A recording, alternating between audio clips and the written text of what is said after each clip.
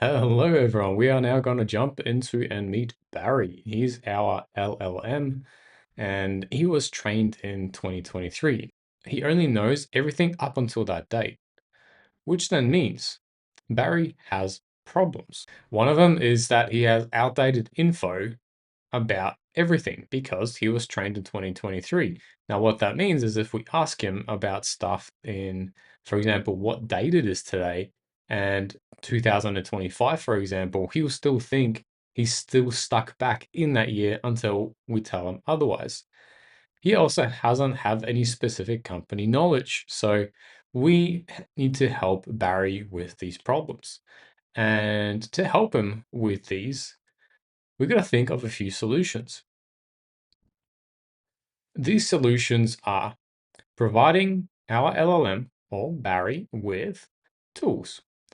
Now, these tools are going to allow him to go search the internet, use a tool to search a specific database for information, and or we can also provide him extra information into his context window, which all that means is we are just going to give extra information into the prompt itself, up to a certain limit, but that way he'll at least know what year it is if we write that in the prompt. So Barry is now happy or happier. Now, let's now focus on the fact that we can give Barry a knowledge-based tool. He's going to go grab his magnifying glass and look through his knowledge base, which in this case, the analogy is he's looking through a book.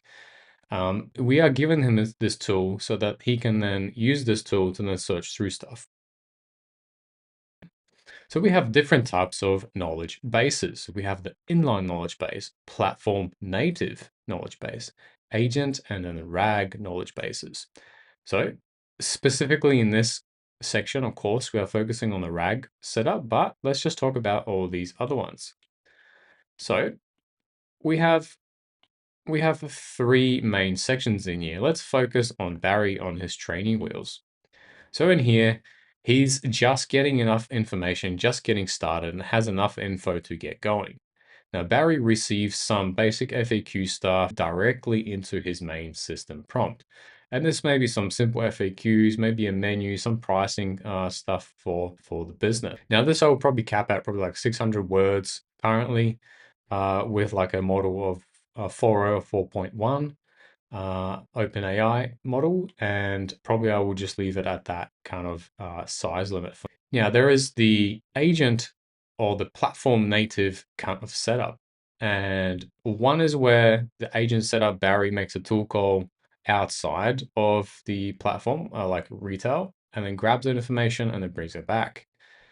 Or the other one is that we put the documents into something like retail itself, and then retail automatically grabs that information for us. Now, this can be up to like anywhere between 1 and 3 pages, but I would limit it to roughly 50 pages max. Anyway, let's scroll down a little bit and see Barry now has a huge upgrade. He's now got a Ford Mustang.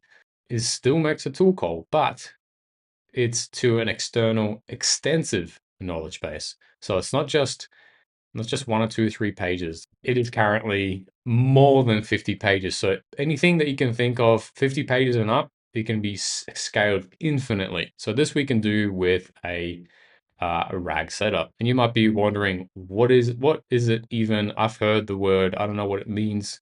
Don't worry about it. I got you. We're going to go through it. So RAG stands for Retrieval Augmented Generation.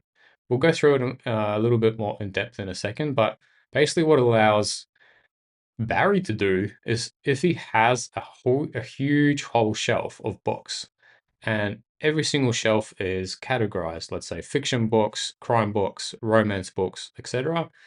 He can now search for a specific part of the library or his bookshelf for a specific section, then dig into a specific book and then extract that specific page from that book and then give that information back to us, which now means that he can now search anything, but he doesn't search everything.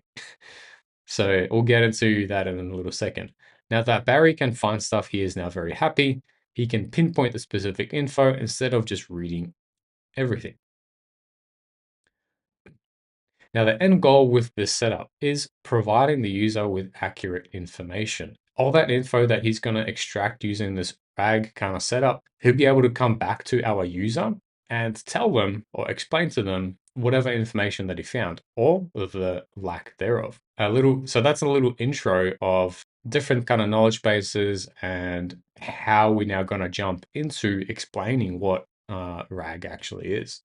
RAG, Retrieval Augmented Generation.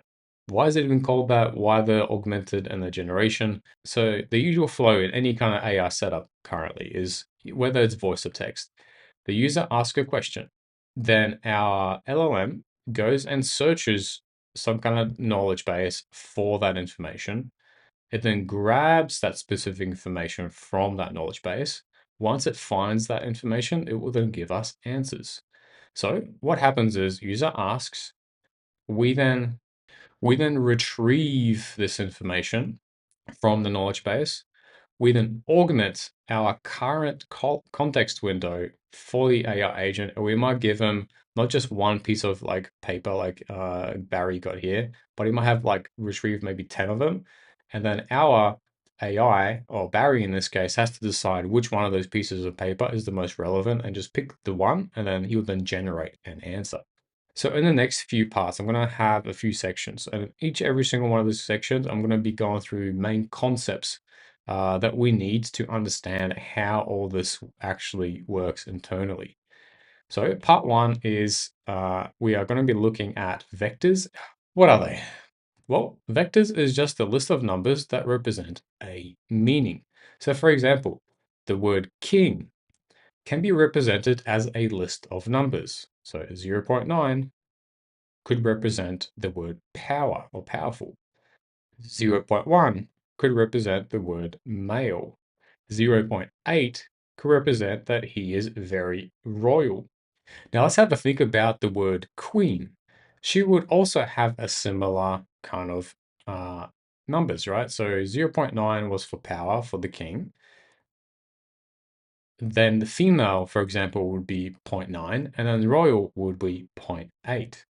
Now, these aren't the actual numbers that we'll get when we are finding the number versions of the actual words, but this is just for the sake of it, just for the sake of it, the example. The idea is that you guys know that the word vector in the AI space means it's a list of numbers that represent the meaning behind the words.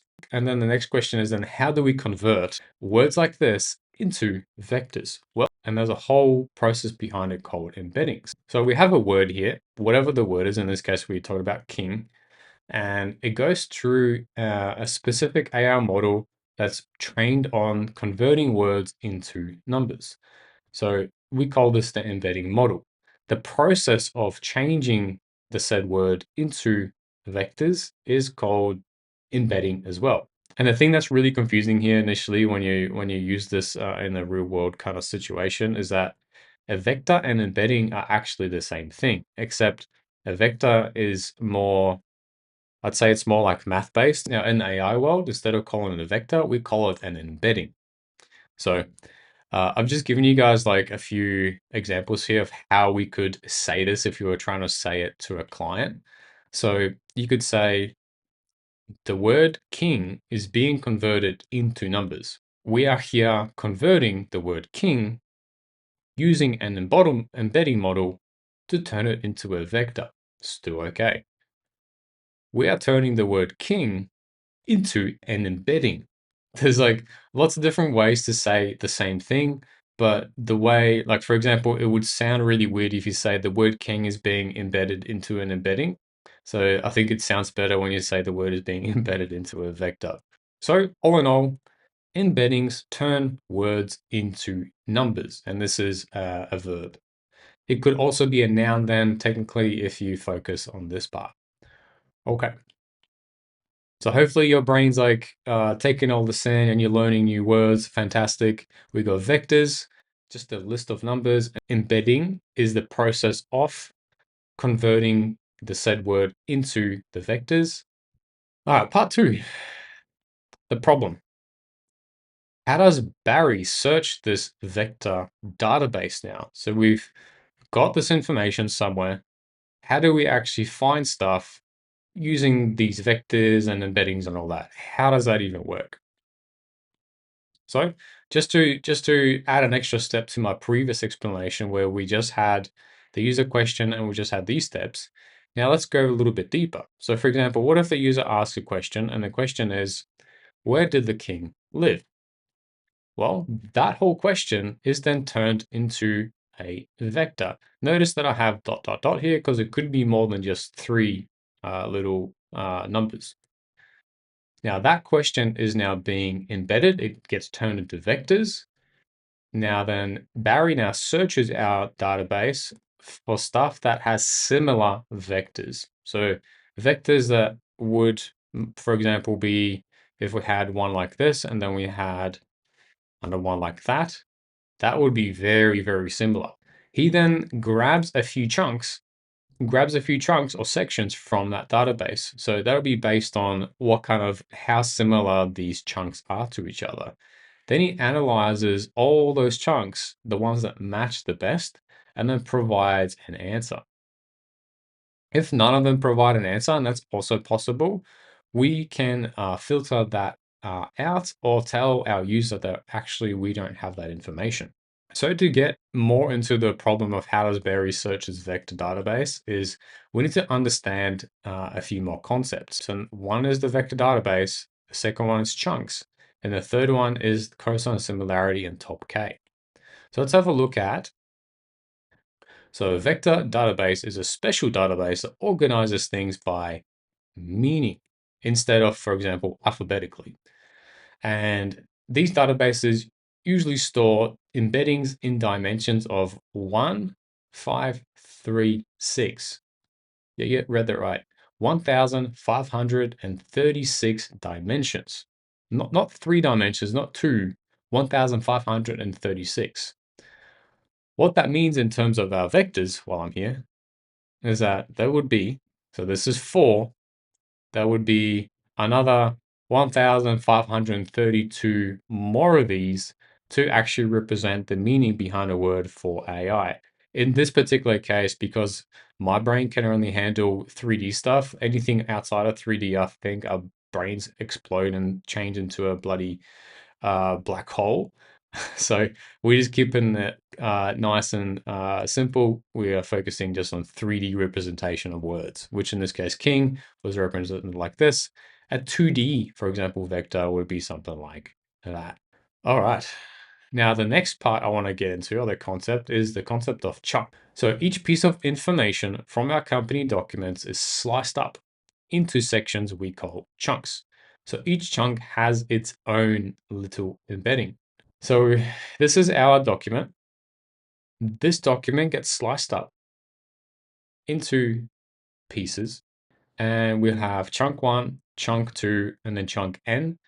N just stands for, it could be any n amount of these chunks, could be 2, could be 200, could be 2,000, or could be 2 million. These then chunks get then embedded once they get sliced up. So it runs through an embedding model and then gets put into a vector database. So technically there should be a little step here of embedding right here. Okay, so I just updated that real quick. So all these chunks, once they get sliced up, we're actually going now to embed them, and then they then get stored in specific spaces in the vector database, depending on what kind of numbers were assigned to them. So hopefully chunks, all you should now know is that chunks are just little smaller pieces of the documents that you had initially. Next section is cosine similarity and top K. So when we ask a question, how does the database know where to search? And how does it know how many chunks to retrieve? They are very good questions, and they are then solved by these two things. So cosine similarity, it uses maths, quite simply put. And cosine, I'm not sure how mathy I want to get here. I used to be a math teacher, so I could. But the smaller the angle is between two chunks, the more chance we have of giving these back to Barry. So at the moment, it might not make too much sense, but in a second, I'm going to show you guys a program that I created so that we can visualize this. So it'd be easier to see where that angle is and what it actually means when we put stuff into let's say a 3D space. Top K is a thing where now how many of these similar chunks it decides to return is dependent on this thing called top K. It just means your top one, top two, top three, top K amount of chunks are going to be retrieved. So we will then search our knowledge base. We'll do the steps before this. Our knowledge base will then spit out a specific amount of chunks for us, which in this case get chunk of 1, 2, and 3. And it gave us back literally the pieces that we put back in initially. So it's, for example, these 3. And in this particular case, the top K for this is 3 because we are retrieving 3 chunks. Okay, so to summarize all that, we have vector databases. So a vector database is very special because it helps organize stuff by meaning. So for example, king and queen will be in one spot, dog and cat would be another spot. Chunking is the process of, for example, slicing up a document into smaller chunks. And this other thing that I mentioned, Cosine Similarity, it's just a math term, some mathematical formula where we figure out how close 2 points are in 3-dimensional space, or in this case, it's more than that, but just for our sake, 3D. And the top K is basically how many of these chunks it retrieves back. So I'm now going to give you guys a visual representation of this. Just to see this in another way, what are embeddings? And embeddings convert words into numerical vectors that preserve semantic. This is a very common word that gets used.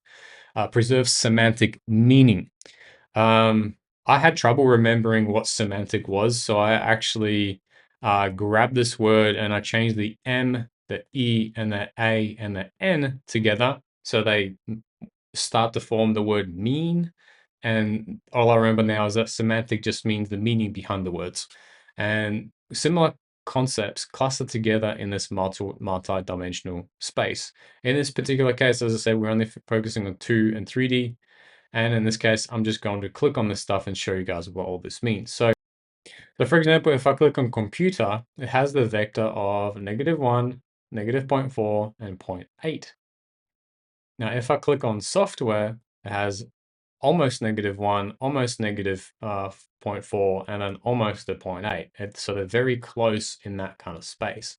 Now notice that every single one of these has kind of been grouped in every single quadrant here. So we have castle, queen, king, and prince in one. We have food, which is pasta, burgers, pizza, and salad in another.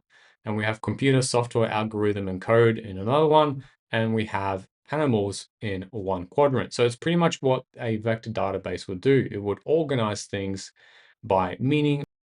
So in this particular case, 2D doesn't look as flashy, but I can now show you guys the 3D stuff where we now get into cosine similarity, which is really cool.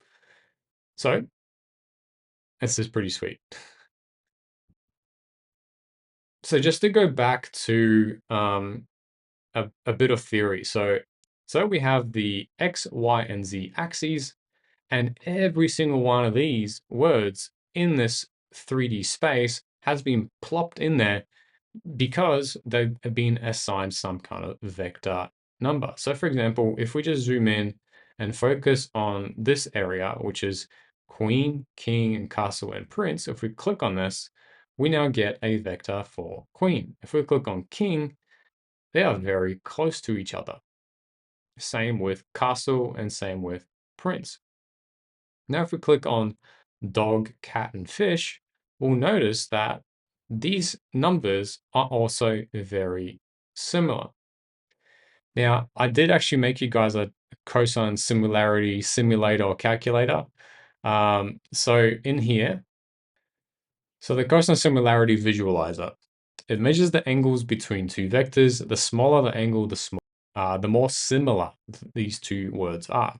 So for example, you can see that king and queen is very close to each other. So this distance between them is very, very small.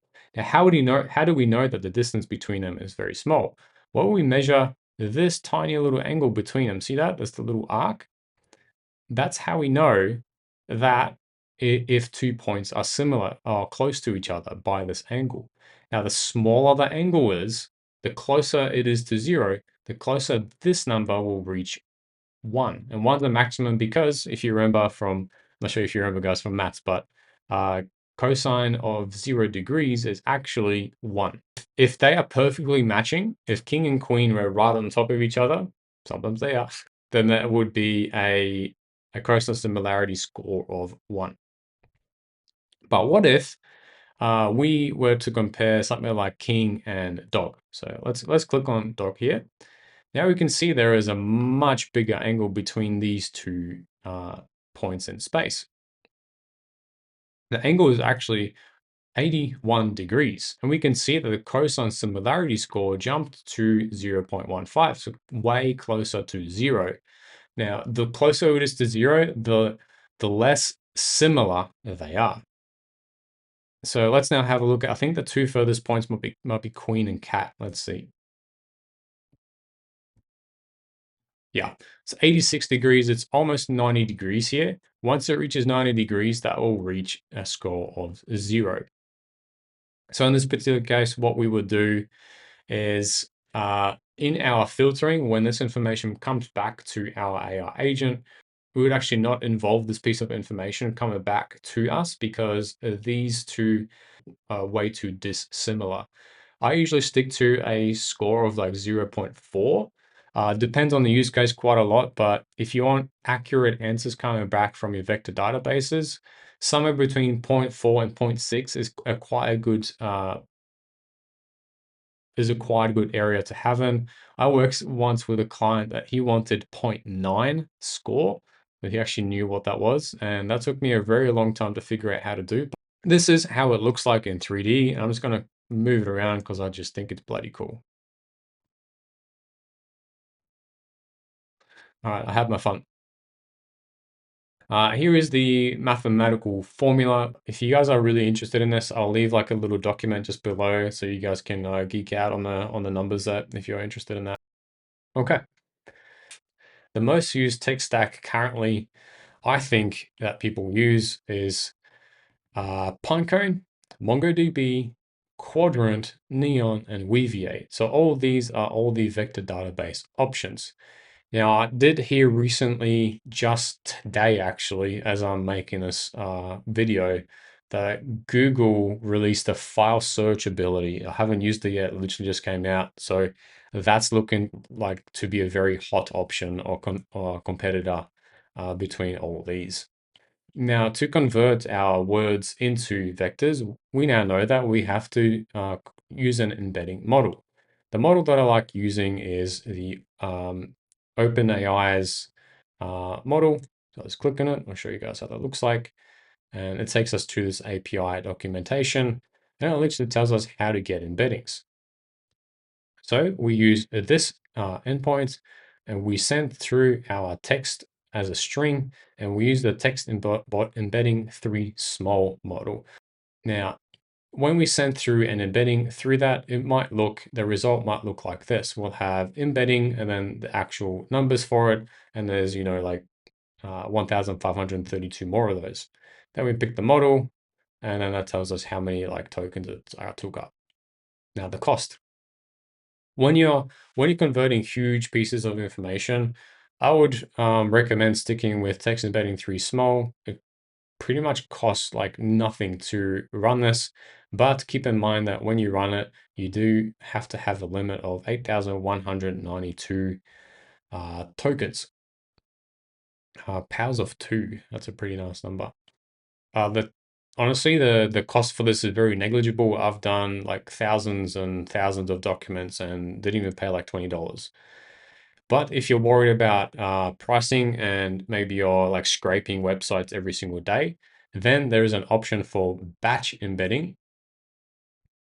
Send the results to OpenAI in a batch, and you can use this endpoint v1/batches and then add slash embeddings onto the end of that, and then you can convert all this into, for example, you can send through 20 embeddings all at once. It'll take its time to consider all them, and then give you a response once it's ready. Okay, and here are some backend options or some backend that I've used myself. NA10 is one of them. I think I might just focus on this one right here because I think that's the best representation of what we literally did today. So we ask a question, user ask a question, we embedded the question, we looked at our vector database, which in this case was Quadrant.